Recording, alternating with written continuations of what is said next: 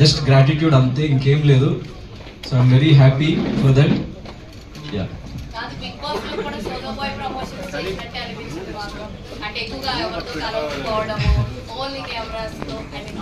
So yeah actually నేను అందరికీ మళ్ళీ పర్సనల్గా 1-to-1 ఇంటర్వ్యూస్ ఇస్తా. నేను యాక్చువల్లీ ఎపిసోడ్స్ కూడా మొత్తం చూడలేదు, ఎందుకంటే అక్కడ ఎంత జరిగినా కూడా ఒక 1 hour ఎపిసోడ్లోనే వస్తుంది కాబట్టి మీరు ఎంత చూసిండ్రు, ఏమేమి జరిగింది అని మీకు అనిపిస్తుంది అన్నది నాకు ఇంకా ఫుల్గా తెలియదు.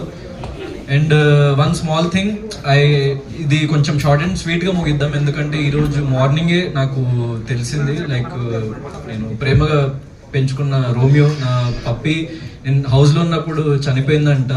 సో ఆ విషయం నాకు మొన్న ఫినాలే అప్పుడు కూడా లైక్ నిన్న చెప్పలేదు మా పేరెంట్స్, ఎందుకంటే నేను ఇక్కడ లో అయిపోతాను అని చెప్పేసి.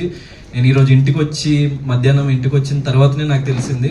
కానీ మీరందరూ వెయిట్ చేస్తున్నారు, మిమ్మల్ని వెయిట్ చేయనివద్దు, సో మిమ్మల్ని కలవాలి అని చెప్పేసి నేను రావడం జరిగింది, ఎంత లో ఉన్నా కూడా. సో నేను ఎపిసోడ్స్ అన్నీ చూసి నేను మళ్ళీ ప్రతి ఒక్కళ్ళకి 1-to-1 ప్రతి ఒక్క క్వశ్చన్కి ఆన్సర్ చేస్తా. కానీ సోలో అని అన్నారు కాబట్టి, అంటే like what ever I feel, అంటే వాట్ ఎవర్ నేను దేనికైతే స్టాండ్ తీసుకోవాలనుకున్నానో అది అర్థం చేసుకునే వాళ్ళు అర్థం చేసుకుంటారు, అర్థం చేసుకునే వాళ్ళు చేసుకోరు, ఆ విషయం నాకు తెలుసు. అందుకే నేను ఏదైతే సిద్ధాంతాన్ని నమ్మినో దానికోసం బలంగా నిలబడ్డా, అంతే.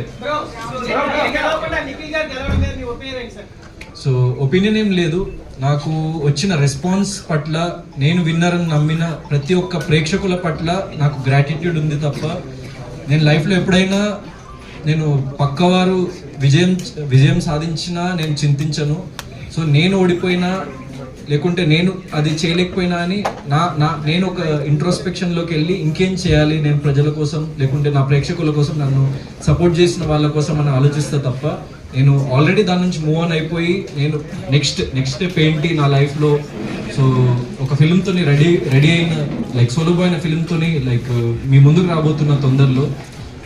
సో నన్ను సపోర్ట్ చేసిన ప్రతి ఒక్కరూ నా నెక్స్ట్ జర్నీలో కూడా నన్ను సపోర్ట్ చేస్తారని నేను దృఢంగా నమ్ముతున్నా.